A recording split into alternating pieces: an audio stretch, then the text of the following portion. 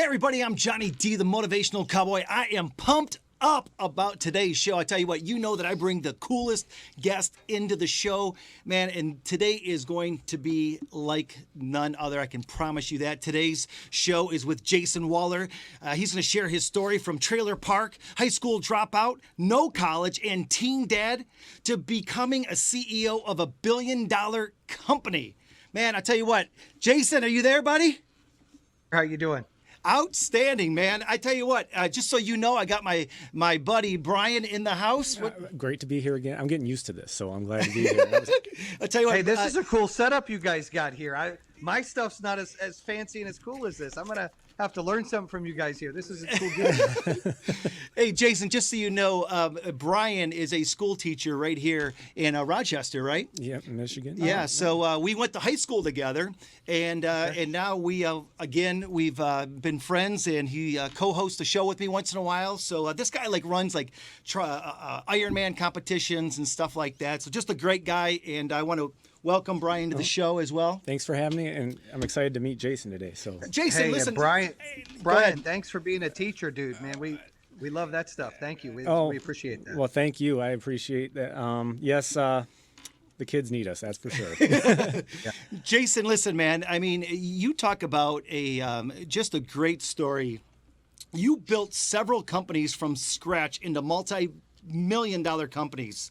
Your current company, Power Home Solar, ranked among the top 100 companies in 2019 Inc. 500 list of the fastest-growing private companies in America. Man, your self-made success came from hustle, heart, and toughness. I don't even know where to start today, but I know I got 50 minutes with you, and I am pumped up. So first, I want to ask, what were you like as a kid? Well, I was not the same, obviously, as I recall, but my old man's from Ferndale, Michigan, so obviously I've got some roots here in Michigan, and he's had that us versus the world mentality. Yep. And he's a hard worker and blue-collar guy, and my mom was from North Carolina. They had 3 wonderful kids, and we were raised in Arizona till I was about 14. And then my dad stayed with AT&T and transferred. He had an opportunity to open a business, and he didn't. And he stayed with AT&T, and we moved in North Carolina, and he grinded hard, worked multiple jobs. I helped him with jobs, but it was different. I mean, back in the 80s and 90s, I was just looking at some pictures a buddy of mine sent from middle school, so it's like 27 years ago. I'm about this big around, and I thought I was a gangster, and all my friends were Vatos Locos forever. I used to watch all those West Coast, movies. But yeah, I mean, back then I was grinding a little bit too. I was shooting dice at school, thought I was cool. I'd loaded dice.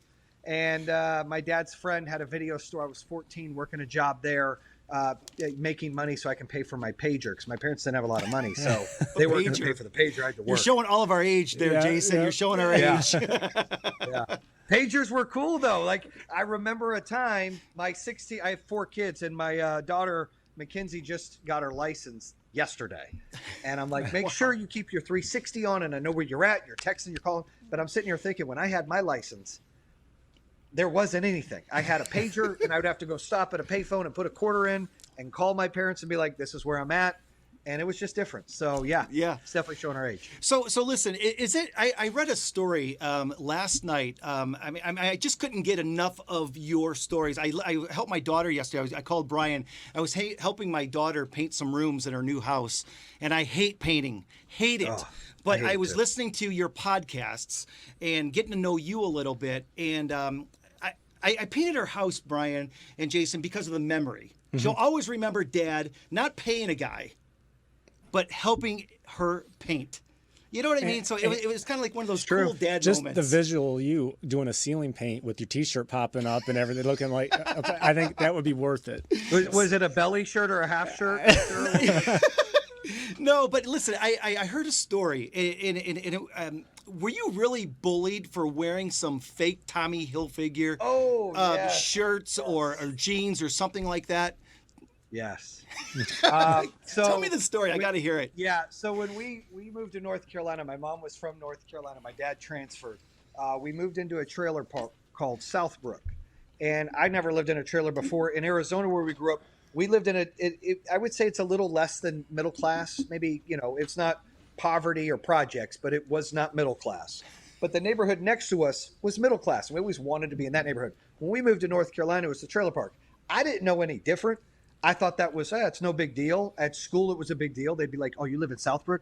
Oh, you live in the trailer park? So there was a lot of judgment in North Carolina.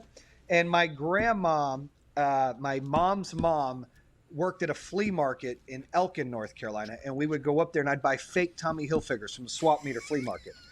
And I mean, dude, my parents would buy it for me. It's like $10 and you get this Tommy Hilfiger sweater that looked like it may have came from Nordstrom or back then or Sears, but didn't. And I would wear it to school and people would say stuff and make fun of me. And, it was hard. In North Carolina, a lot of people come from the Northeast that sell their homes and then they have a little money in their pocket that they've never had before. And then look, I'm just stating facts. So everybody in the South that listens to this, the people born in the South, they're okay. The people from the North that go to the South, they are a little different because they feel entitled and they're very judgmental of other people because they think that they've really earned their money by selling a house that was worth 10 times more in New York and moving to North Carolina. You didn't earn anything. You got lucky. So, that mentality there of judgment and measurable, who are you? Where do you live? What do you drive? What are you wearing? That's still there in North Carolina today as an adult. I flow better here in Michigan because I feel like people are more real. I'm friends with several entrepreneurs, Brian Elias being one of them. He's my CEO coach, good friend. People might remember him from Hanson's Windows. He's a great dude. I met him by circumstance because of my car at the gym. We ended up being really good friends, and he's a mentor of mine. And I've got other friends that, live paycheck to paycheck and struggle and rent an apartment, and they're all the same. Whether you have a lot of money, you have a little money, the people here, it's about being real, and it's the same, and there's not judgment, and you can love and have relationships differently. I'm not knocking North Carolina, but and I go back and forth 6 months there, 6 months here. That there's a problem there in the South of where it's been tainted, and it's not like that. It's always a lot of jealousy, a lot of secretive, a lot of judgment, and you don't get that in Michigan, in my opinion. People are like, oh, that's not true. My opinion, my experience. I have friends all over the board. Yep. And I love each one of them the same. They love me the same. Our wives, it's all, and you don't even pay attention to who they are, what they have, what they do. It's about being real. And I that's what I loved about Detroit, New York. There's certain places in the world that's us versus the world mentality. Yeah. That's what I love about the place. I feel like I belong here because it's kind of my upbringing. The True Underdog podcast I've got, that's what it's about. It's about, going against the grain and taking, the big companies on, or taking the bullies on, or taking the chance on, or the business on, and doing something. And I feel at home in that element here with people. Yeah, Brian, I know you have something to say, but I got one quick question. Listen, man, being from North Carolina, I've done a lot of work out of, the Charlotte area, Morrisville, being around the whole NASCAR scene and stuff like that. When you moved to North Carolina, did you end up being a NASCAR fan? Okay, so my wife, her family was into racing. Her dad, back a long time ago when she was, less than 10 years old, used to go to the races all the time. They owned land out there by Charlotte Motor Speedway. So when I moved there, I liked it for a couple of years when Earnhardt raced. I liked his attitude. I thought this is cool. After he passed, I really wasn't into it. It bored me. I lived in Concord, North Carolina. So you're from there. It's where I lived from 94 to 2012. Then I moved to Mooresville. So I lived over there in the Point. Yep. And then I moved over to Davidson. We have a house in Davidson now, and then a house in Birmingham. So I'm familiar with all those areas. You said I'm friends with some of the race car drivers. Good guys. They have a different personality than what I'm talking about. I'm talking about the newer northern money, and you know what I'm talking about. That comes from the north to the south, and it's a little different. That's where I struggled. Yep, I love it, and I know Brian's itching because Brian, you kind of had the same story though.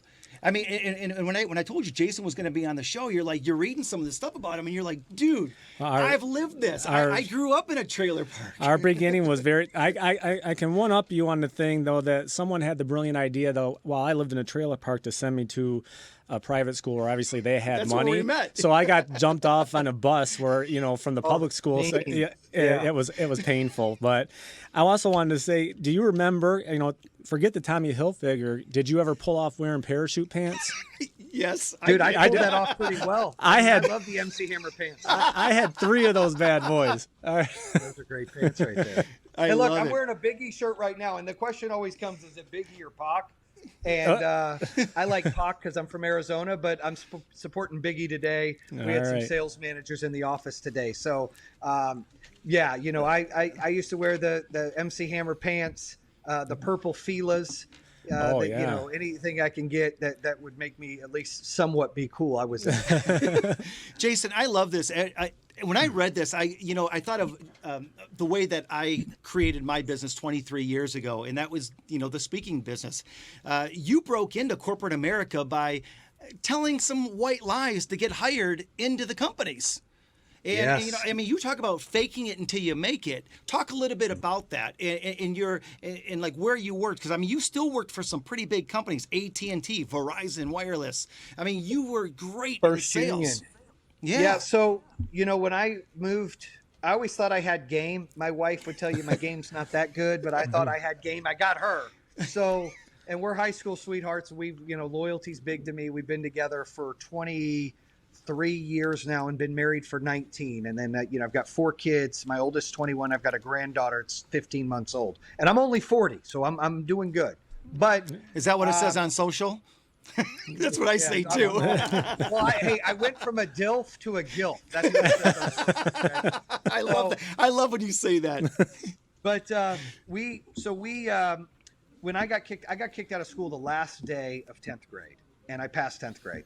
And, during school, I would help my dad deliver papers. So he worked at AT&T, 3rd shift most of the time, sometimes 2nd shift. And when he did 2nd shift, I'd help him deliver papers at night. It was an extra $100, $120 he'd make. I would be working at Boston Market. I would still go to school. It's just what we did, right? So my mom would work at a Harris Teeter bakery. And that's how that was normal to me. And then I'd go to school. So I'd be delivering papers in the middle of the night till 3 or 4 in the morning. So I had this hard work ethic. When I got my heart broken in 97, early 97. Yep. I was supposed to graduate class of 98. When I got kicked out of school after 10th grade in 96, I decided I could either go get a GED, do nothing, or go to Stanley Community College and do the high school diploma program. Yep. So I went to Stanley Community College. I did the high school diploma program. And because I had an injury in a landscaping truck where I got like $4,000, which was enough to pay my insurance for like 10 months. So I had this $300 car. The insurance was more than what the car was worth. So needless what kind to of car say, was it? It was an 85 Dodge Lancer. It was about 5 colors. The insulation would be falling out of the top. The acceleration was broken. It was bad. I got it painted at Econo for $200 when I got the money. But so I went to school morning and night to get it done. Like, you know what? I can get this done. So I'm opening the books, and it was Mickey Mouse, and you're filling out a form. You're not learning anything. I didn't get to do graduation, get to prom, none of that stuff. But I had a diploma from Stanley Community College. Well, in 97, I got my heart broken. And Liz broke up with me at the time. And I'm like, you know what? I'm going to drive to Arizona and I'm going to go to college. I'm going to take my SATs. So I go to my parents and I sold them on this idea in the same day. Hey, I'm leaving Arizona tonight, taking my buddy Kenneth with me. We're driving across country. We're good. They're freaking out. I'm like, I got this. So they sign over parental rights. I talked them into this to go to my one of my best friends who bought my old house. His family bought our old house in Arizona. I was going back to live in my old house with my best friend, with his parents, in my old room, as ironic and crazy as that is.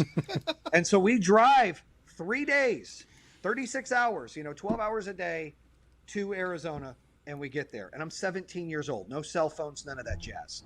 And I get there, and I'm starting to take the SATs, and I'm trying to figure out how I can try to go to college to ASU, and I've got all these plans. And my best friend's a senior in high school. And I said, I'm bored. This sucks. So I talked to Mary and Eddie at the time, and I convinced them to, hey, look, I've got these transcripts that say I graduated, but let's go make 5-cent copies at the gas station. And let's make sure it doesn't say I graduated, but I still have the credits, so I can go to high school with everybody else and be a senior and see what that's like. No, you don't need to do that, mijo. I'm like, yes, I do. I've got this. We can do this. So I talk her into it because she felt bad for me. And so I got to go to school when I wasn't supposed to for like 3 months. And I took classes like computer and business and extended long lunches. And I got this job with my business partner now, Kevin Klink. And we were selling credit card protection over the phone. I saw he was rolling in this like brand new neon with Dayton's. And I'm like, Kevin, this guy's got money. So I'm like, what are you doing? He's like, I'm selling, telemarketing. I'm selling credit card protection. I'm making like $400 a week. I'm like, part-time? He's like, yeah. I'm like, dude, I want in. So I go there and they've got like 100 employees, and me and him for the next like 6-9 weeks are number 1 and 2 in the company back and forth. And we're making $400 or $500 a week part-time. So I got a taste early of what sales was like, calling people saying, I see you got this credit card, but you don't have protection, and you learn it, right? And you get motivated and you're hungry. Well, then we get approached by a company next down the hall that's selling home security. So I'm like, hey, we can do that. So we go get a part-time, we change jobs there. I'm making $600-700 a week, basically calling and saying, hey, this is Jayson. Do you remember going to the mall and registering for the Dodge Durango? Yeah, great news. You're still in the runnings for that. But do you hear this? Look, you've just won a free home security system, free installation, pay $1 a day for the monitoring. When can we come schedule, do your installation? We'll get you set up, get your prize, blah, blah, blah. We smashed it at that. And then I'm doing well and Kevin's loving it and we're making money. I talked to Liz and I decided to come back to North Carolina. And so I drive by myself, still 17. And I drive, this time I do it in 2 days, 18-hour drives each time. And I get home. And when I do, I now that I've got sales experience, I'm looking for sales jobs. I can't find any. So I see one at First Union, which now is Wachovia, which now I think is Wells Fargo. But it was First Union, and it was in Charlotte. They had a CIC center off Harris Boulevard that was a brand new building that was flourishing with all these jobs. I saw an opportunity to do sales there. Basically, sales is customer service / sales, where you upgrade people to checking, money market checking accounts and offer them CDs and stuff like that. So I was like, I can do that job. Surely I can do that job. There's no problem me doing that job. So I applied for it, but because you had to have a college education, and because I had a fake ID and I was only 17 at the time, you had to be like 21 or 22 to have a college education. I filled out the ID like I was 21, getting ready to be 22, because that's what my ID said.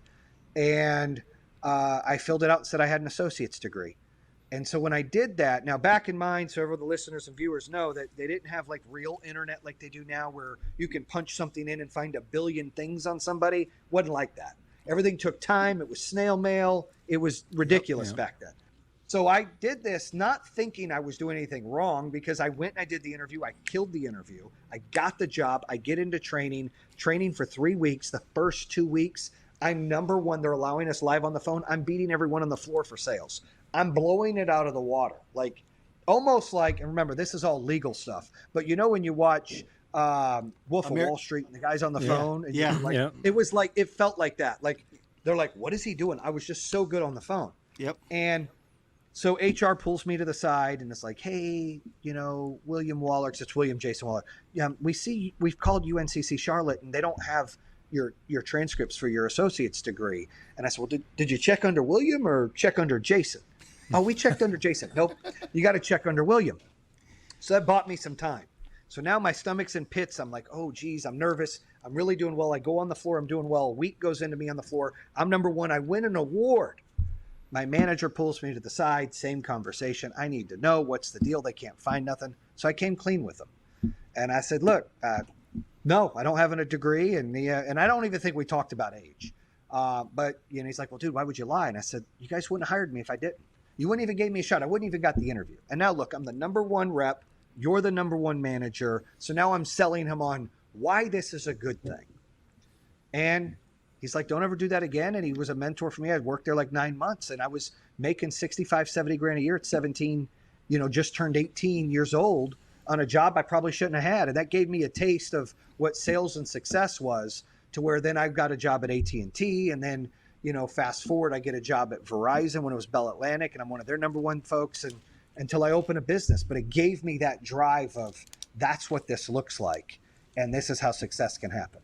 Jayson, when I hear that story, I think about when I gave up everything to be a speaker. But my last job, I was a marketing director for a Fortune 500 company. Yep. And I started out doing sales. And I remember going in there, I would stand on the tables. I mean, I just loved what I did. And I was good at it. I was top 50 out of 10,000 salespeople all over the country. I would hit top 50 every single week. I'd go in on Saturdays. I'd work Sundays. I just loved it. But then it made everybody mad. You know what I mean? Because they hated that I was successful. But I was passionate. And that's what I love about you, Jayson, is you're passionate. And I have to ask, with over 12 or 1,300 employees, do you look for passion in the people that work for you these days? Do you, because go ahead, I'm sorry. Well, no, because of that story, because I'm real big on resumes are fake, right? Absolutely. I mean, I can soup up a resume and make me look like a rock star and get a job at a, Fortune that I should never even dream of. Yep. Resumes are overrated. It really just gets you into the realm of interviewing. And so we structure our business for our directors and our leaders and our managers to really hire on those things. The why, passion. Is this a career? Is it something they believe in? Is it just a job? What drives them? Are they hungry? Yep. People that are complacent, people that don't have a drive, they don't have a why, and they don't have passion, they won't fit our model. Our model is not every day we're just doing enough for shareholders. We don't have shareholders. The goal is to go public. But in a company that grows as fast as we did, and thank you for mentioning the Inc. 500, we've won that 3 out of 4 years. But we'll do, over 3 to 400 million in sales this year, $1 billion next year. I would have never imagined anything like this. But the only way you grow like this is we have an 80-20 rule. 80% of the staff we want to keep every month.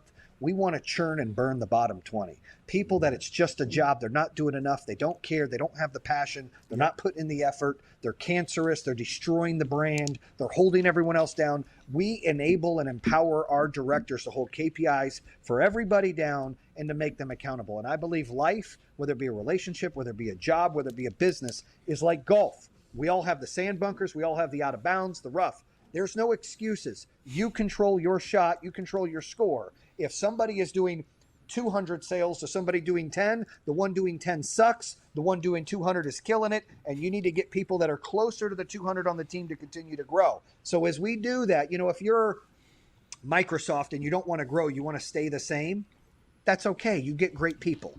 We get great people that are hungry and want to move up and want to drive and want to do things. And what's cool is almost every one of our directors and all of our regionals and district managers in sales and in production have all started at the bottom. So they have all moved their ways up where it excites them and they know that there's a path, a career path for them, not only for advancement and to feel good, but also to make more money and provide for their family and be a part of something great. So because myself and our team are so passionate about culture and what we're looking for and trying to, and look, it's not duplicate me because you can't have a bunch of the same thing. It never works. Absolutely. But you can find different tools that these people have, and you just got to give them a chance, and they got to want something. They want to be about something. That's the difference rather than go, well, you've got great experience of doing this. I think I'm going to hire you. That does nothing and it's wasteful. And so we try, and look, we're still getting better at it, but we try to groom them to ask the right questions, interview the right way.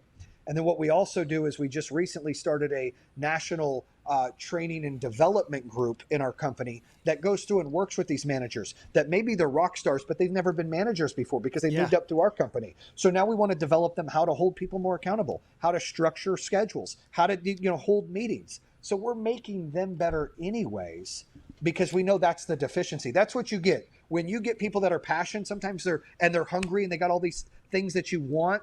You have to develop the other skills. And I don't think that passion is a developed skill. You either have it and you want it or you don't. You either believe in it or you don't. But we can teach people how to work a computer, how to talk on a phone, how to do process. And that's where we kind of are as an organization. You guys have a mission. That's basically it. I mean, you guys are on a mission. I mean, and that's the cool part of this whole thing. I know, Brian, you got a question. Go ahead. Well, first, I was going to argue with you, Jayson, on one thing. You forgot with golf. My golf balls tend to find woods, caves, hornets' nests, all those things. But anyway, regardless of that, I think we might be related because you've basically described there are 2 early chapters in a book I wrote. Number 2 was have a purpose. If you don't, you're shooting at a blank target. I love that with what you were talking about. The other one was 80-20. I can't tell you how many meetings I've been in where 20% of the people hijack the meeting and you get nowhere because all they're going to do, like you said, it's like you got to drop the dead weight. If it's not adding purpose or anything of benefit or value to what you're doing, you just got to cut it. And I love that you have that mentality or that 80-20 rule. I thought that was really, really cool. I mean, I they always appreciate say, that. I try to run it like a basketball bench, right? If you've got the best team out there, you want to always have the best team and you want to have a great bench. If they're not able to put up points, they're not able to do anything, they're not benefiting the whole team, that's not helpful. And everything's about the brand. Go ahead. No, I was just going to say life is 10% of what happens to you and 90% of how you react to it. I mean, in a nutshell, that's what you're saying. And I know we have to take a commercial break. Jayson, do you mind staying on for another 25? Yeah, I'm good. Outstanding. Hey, everybody, I'm Johnny D, the Motivational Cowboy. This is episode number 2 of Jayson Waller's story. And I'll tell you what, I mean, Brian, there is not enough time for this guy's story. He will definitely be back. Jayson, so I'm going to jump right into this. And again, welcome to the episode. But I want to know the story about your now mother-in-law. When you were dating your wife, she did not like you, is what I kind of read. And I remember hearing or reading a story about her taking you guys out to eat one time and wouldn't even buy you a barbecue sandwich. Likes me now. So my wife had a tougher childhood than I ever did. I will say that. And we're open about it. We talk about it a lot more recently. But, her and her family had money when she was younger. And then her dad went to prison when she was 9. Feds kicked in the door, held them at gunpoint, and put him in jail, for money laundering, all kinds of stuff. It was crazy. And I met her when she was 14. She was with her mom and her sister. Her mom was already divorced. Her dad was in prison. And they had more than we had. But compared to what they used to have, they didn't have a lot. Right. But they were doing pretty good. And so naturally, I try to defend somewhat how her mom felt back then. I'm real strict on my wife, myself, and my kids to ever judge anybody on anything. You don't know anybody's situation. I did a whole podcast about judgment is the worst thing you can ever do. I listened to it. It doesn't matter, right? It was great. Thank you. But with her, Liz liked me and her family, her mom and the rest of her sister and other people would be like, why are you dating him? He lives in a trailer park. He can stick his feet out the window, move his house, all these things. That's the stuff they would say. So, there's times in your life or people in your life that it pisses you off to drive to where you're really motivated. Yep. And that was during that time, that was one of those boxes or pillars that I had to put as one of my steps to make sure that I checked off. And when they picked me up to go, I don't remember, it was election year and it was one of those, you go to the church, they had all the politicians there and they have the barbecue sandwiches there off Moorhead Road in North Charlotte. And she picked us up and went there. And I remember the feeling. So she bought her and Liz a sandwich and her boyfriend a sandwich or whatever, Ollie, and not me. And I didn't care. Like, I don't even care. Yeah, but yeah. My wife, her girlfriend at the time, was bothered because I guess she argued with her mom. I could see from a distance. She sits down and she felt bad. And she's sharing the sandwich with me like, hey, I'm sorry my mom's being this way. And that feeling that I saw her feel bothered me. Yep. It didn't bother me because her mom didn't like me and buy me anything. It bothered me that she felt embarrassed of how her mom made her feel about me not having a lot. And so that was motivation for me because I didn't like seeing Liz feel bad for me. I don't want anyone to ever pity me, right? Right, so right. I don't like to owe anybody anything and I don't like to feel any pity. And that was a motivational thing. So long story be told, I mean, we had a big battle for a couple of years. When we first got married, our first marriage, nobody was there except my parents and a buddy of mine and Hannah, my daughter, who was 2.5. It was literally like, hey, Liz, I'm going to buy a house. I know you're dating this guy. I'm dating this girl. We're always cheating on our boyfriends and girlfriends anyways. I don't want to buy this house alone. Why don't you just pick me up and we get married? Really? Yeah. She picks me up. We're normal clothes. We go to the Justice of Peace. We get married. Then we tell her mom, hey, guess what? We got married and shit's going to change, right?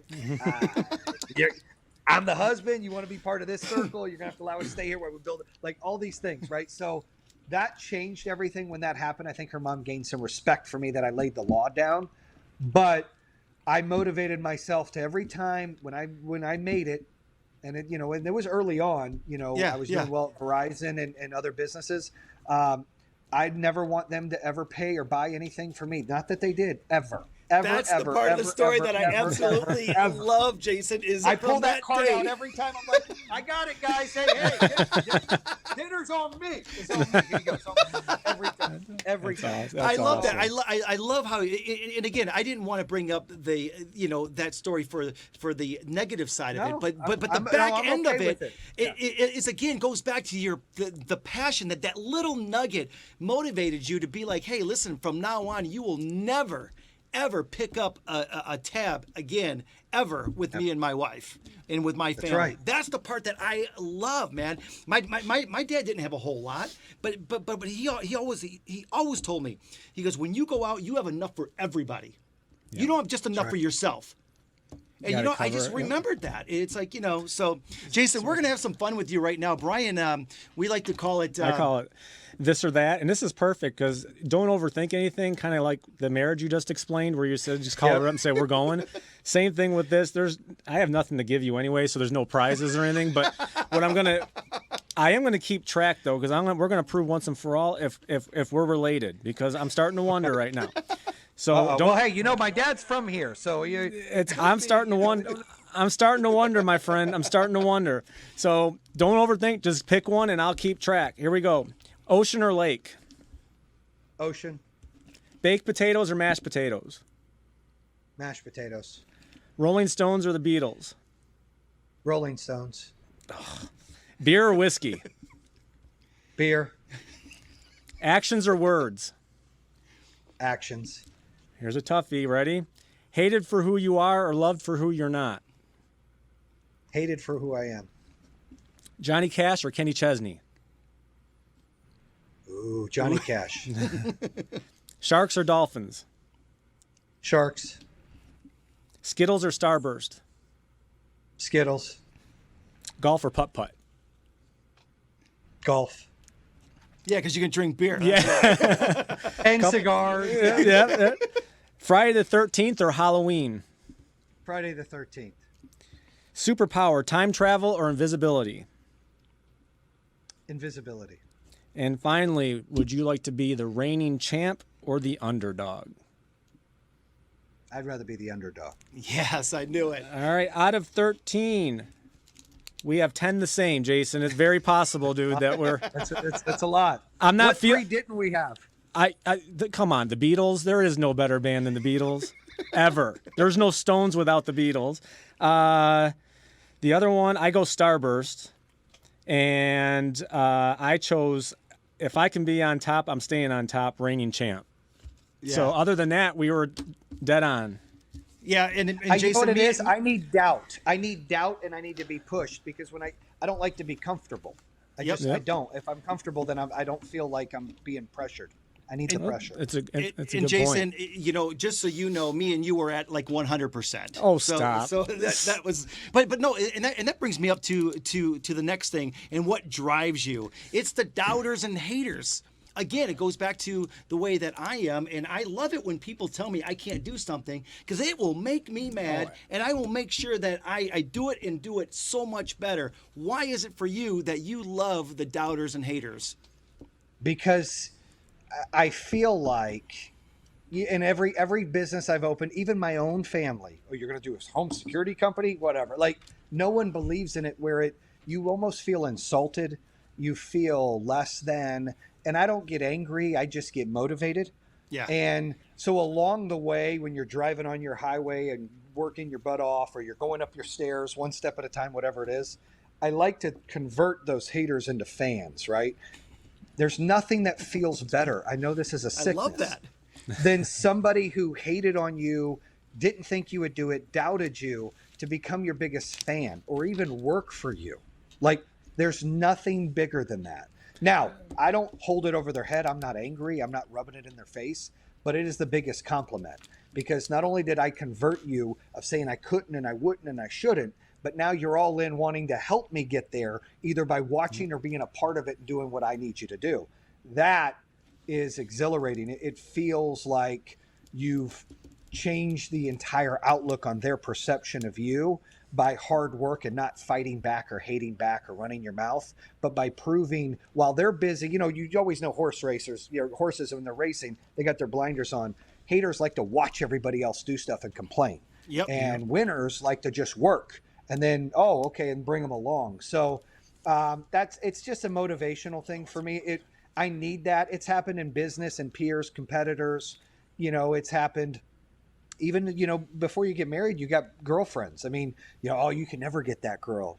Yeah, I can. Like, it's just that you think of Back to the Future with Marty McFly. You know, they call him Chicken. I almost feel like when they're challenging me and say they can't do it, it's like my version of they just called me a chicken. Like, what? Yeah, I can. Like, we can't be limited by what people tell us. And I think that's the biggest message for people is when people tell you you can or can't, that's because they're insecure and they can't. Amen. That doesn't mean you can't. And I think that's where I try to strive really well on.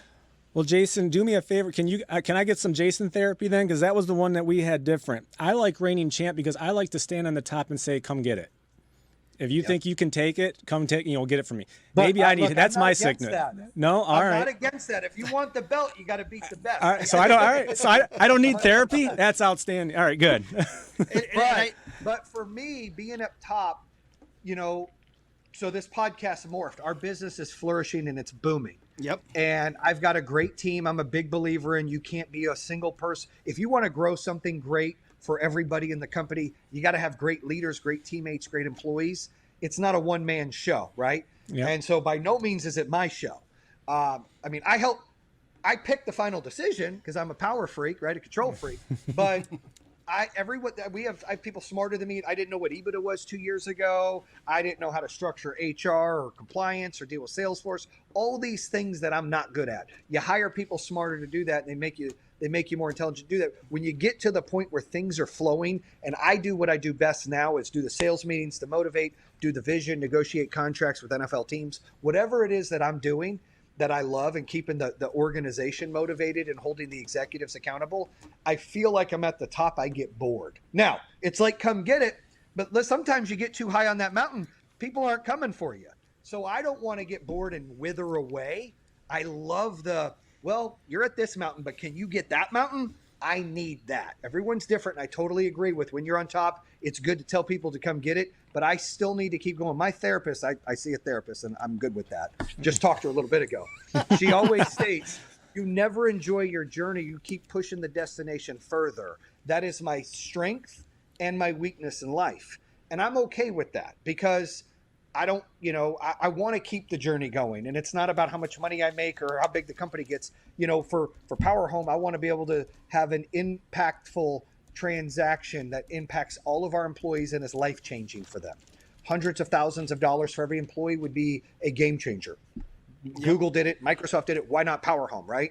That would be winning for me. I don't care if I make $1 billion or $100 million, it doesn't matter. I'd never spend it anyways. I lived in it. It doesn't matter to me. So that is hard to find, and I rally around people that believe and feel the same way as me, but that's what keeps that journey or that mountain to keep going, because otherwise I could sit up top and go, well, no one's, there's a couple companies that are public, but private, there ain't a company like us.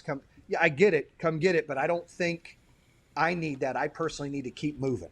Jayson, I always say that, I never want to climb the mountain alone. I want to get to the top of the mountain with as many people as I can possibly bring with me. And I want to have a freaking party on top of the mountain, not sit there by myself and say, look what I did.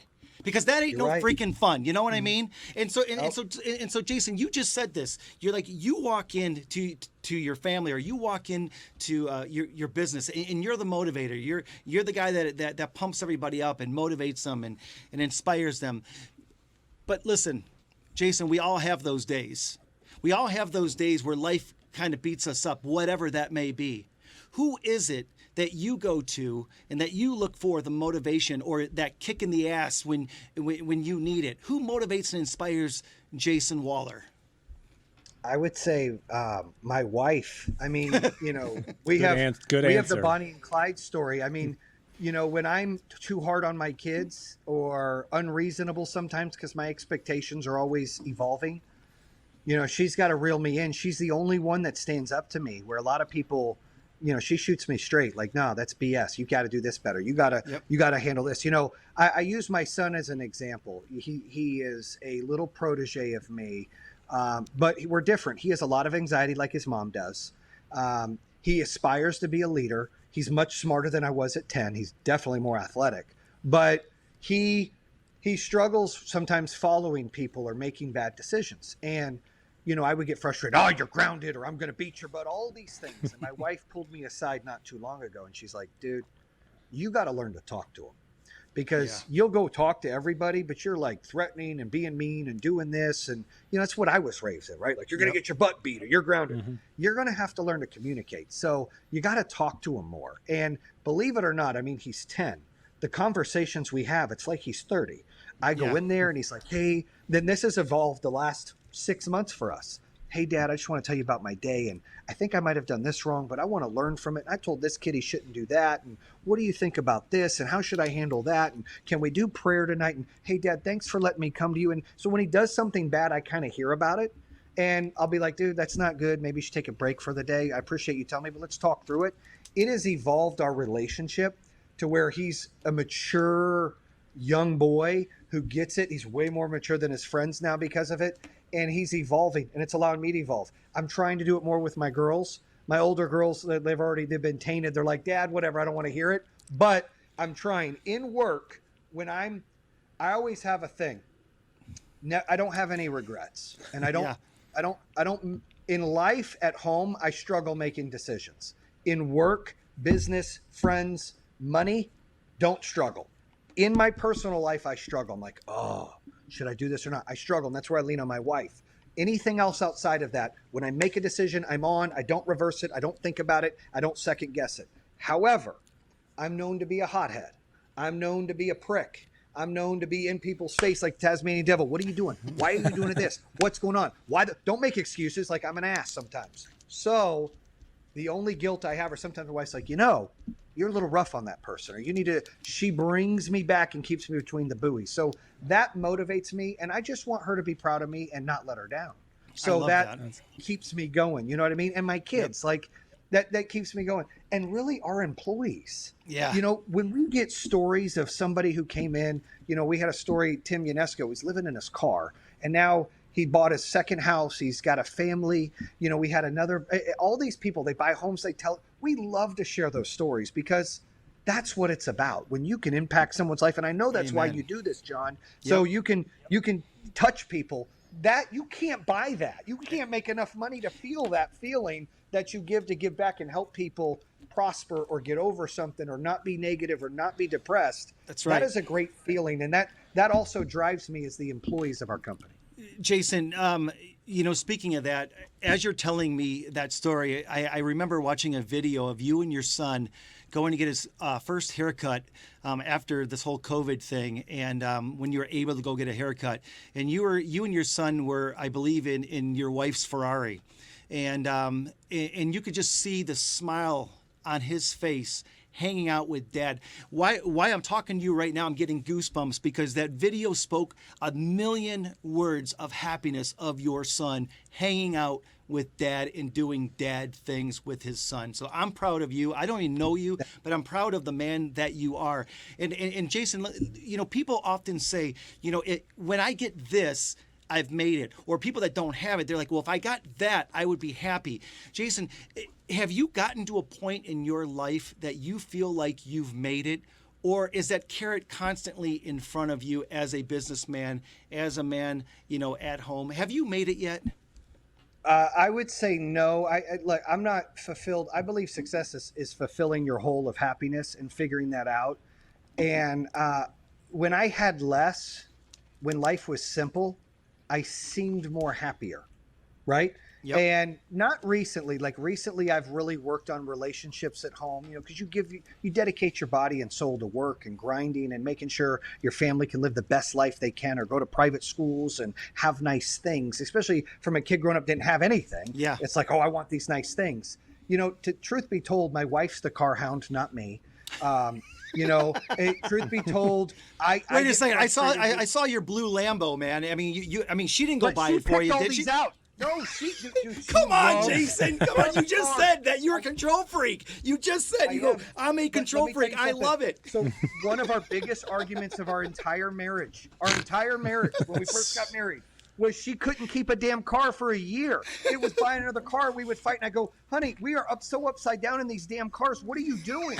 And I drove the simplest piece of shit forever and didn't care. And she was like, she loves them. Look, she likes that. I don't. However, I'm not going to say I don't like it now that I got it. I'm saying I didn't want it as much as she wanted it, right? So, Yeah. But I will tell you that to fill me up, and, when I had less, things were simpler. And to my therapist, she's like, it's true. The more successful you get, the more stuff you buy, and the more, more things you get, the harder it is to be happy. And that's a true statement. And I don't want to become that person. I'm not that person. I don't want to become that person. It's not about tangible items for me. Right. I want to be able, my kids can live a comfortable life. I can live a good life. I can give them things I didn't have. I can give them opportunity that I didn't have. But realistically, to make it is when I get every one of those employees to change their life. We're talking 1,200. By the time we do it, 2,500 employees. And even then, I feel like I'm not done. I just want to touch as many people, help as many people, promote life. Life is bad sometimes. We see the news with everything going on in the world, Yep. COVID, everything's bad. Yep. I just want to be able to have relationships and be impactful and help people. And I think that I want to grow old and be close. And my dad is a great, grandfather, and he was a good dad. I want to be a better dad than him, and I want my kids to be better parents than us. And I want to be a better grandpa than him. And I don't know if I can, because he's like the best grandpa in the world. Same thing with my mom. But I want to be like that and better. And I believe the next generation should always be better. And I tell my kids, like, I don't want to set the bar for them where they've got to be successful making money or doing things. They need to be successful being happy. When Alex asked my daughter Hannah to marry him, Alex came from a broken home and not a lot of things. And he's a great kid. He's a better dad than I was at 21. He's a better fiance than I was at 21. Well, I got married at 21. I will tell you that he's come a long way. Now, he doesn't really work. He just started working again for the company. But I told him when he asked her, I said, I don't care if you push a broom at Walmart, you take out trash, you mow lawns, or you create the next thing in your Bill Gates. I don't care, as long as my daughter's happy and as long as she's safe. And then a few months later, they got pregnant, and then they had Lily, and so I'm a grandpa. And I will tell you that he's done a pretty good job of making them happy. Internally, as a man, he struggles because he wants to provide more. But that's not what this is about. That's it's right. about enjoying the time with your family, your friends, and making better decisions and helping people out when you can. It's what I love what we do, doing solar. It's changing the world. It's saving the planet. It's saving people money. We're giving people jobs. We give a lot back in philanthropy. We got a thing called Give Power, where every system we give $40 to a third world country where they build a solar water farm. And each one, I think we're now have donated enough for 3 that we get to help build, is 35,000 cups of water for people a day, clean water in this world. Congratulations, awesome. man. Plus we've done. That's awesome. Thank you. Military makeover. Anytime we can give back, it's so important. And I am not greedy. People that know me, I have nice stuff. I've earned it. I have no debt. I've worked my butt off for years. And finally, as a 40-year-old grandpa, my midlife crisis was buy some cool cars, dye my hair blonde. Okay, I've moved on. Now it's about not being greedy, giving back, and making sure we get to that point. And I think to finish your question, I haven't made it yet, because until everybody who I can touch in my life, I don't know if I'll ever get to that point. I want to make sure that they're able to make it. And I just want my kids to live their best life to the fullest they can and be happy. I don't want them to feel intimidated, like they're going to let me down because they didn't go to college or they didn't open a business, it's not about that to me. It's about them being loving and better than me. That's it. Jayson, I'm not trying to play on your emotions right now when I tell you this. I've spent 23 years building the Motivational Cowboy brand. And I'm talking about, I was booked 257 days this year to speak all over the country. And I missed a lot of my daughter's stuff because, she came from a broken home. Me and her mom were only married for a year and a half. But it was always, Dad, Mom, and Frankie, her stepdad. The three of us raised my daughter to be the incredible person that she is today. And you talk about your therapist. My daughter's a clinical psychologist. So unfortunately, I got one that lives a couple miles away from me that I see all the time. But here's what I mean. Again, I've gone through the phases of the boats, the Harleys, the nice things, and everything else. But since this COVID thing, you know what the coolest thing is going over just like yesterday to help my daughter paint the house and getting a text message that night after she got back from her run and her workout and everything else while I was busting my ass, and she's like, Dad, the room looks incredible. I just want to say I love you. That's awesome. Thank you. It had nothing to do with money.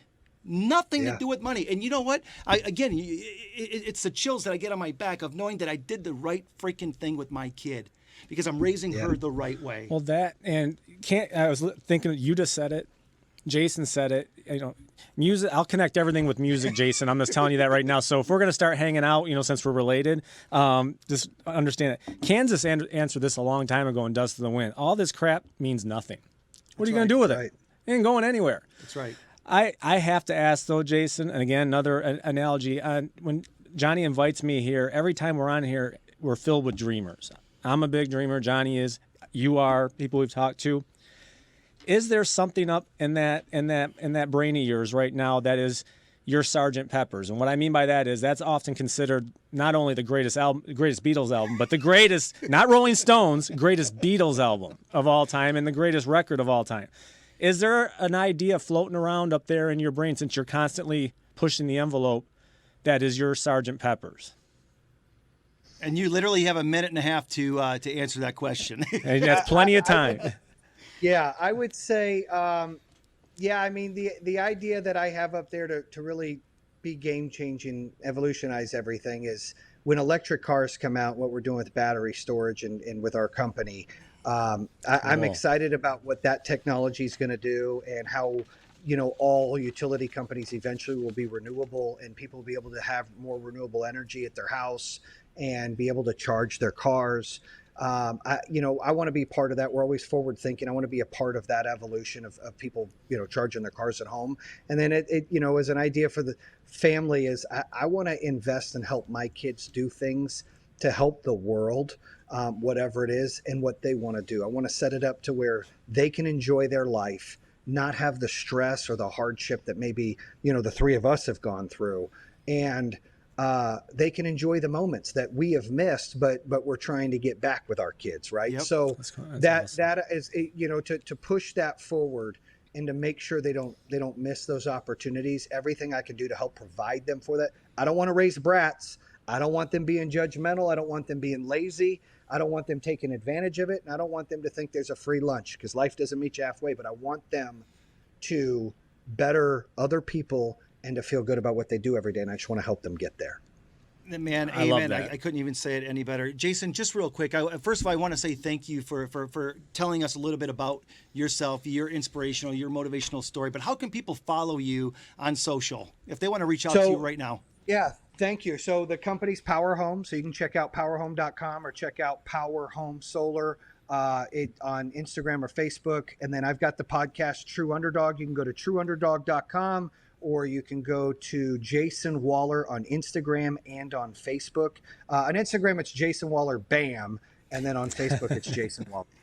Hey, has anybody ever told you that I've interviewed Guy Fieri a few different times over the years. Do you get that a lot? I just had to ask.